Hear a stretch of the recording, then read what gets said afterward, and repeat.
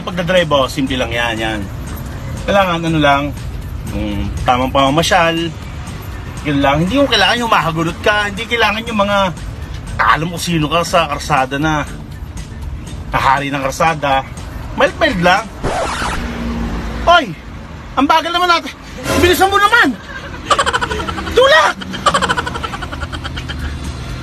Diba? Safe na safe. Ano yung hayaharurot mo? Ay, tumigil na. Tulak! Teka. Yung mga driving tips na kailangan nyo matutunan, hindi nyo kailangan ng magmadali. Diba?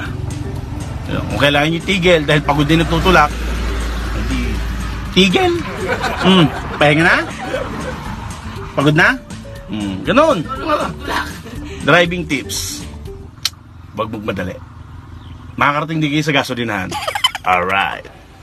3,700. 3,701. 8,702. 3,703. 3,704. 3,705. Last. Ang ginagawa mo? Doon ka na nga. Exercise ang tao mo. What? Makapag-exercise? 98. The point guard takes the ball up the left side court. Passes it quickly over to the right, dribbling up to the side corner where a double team awaits.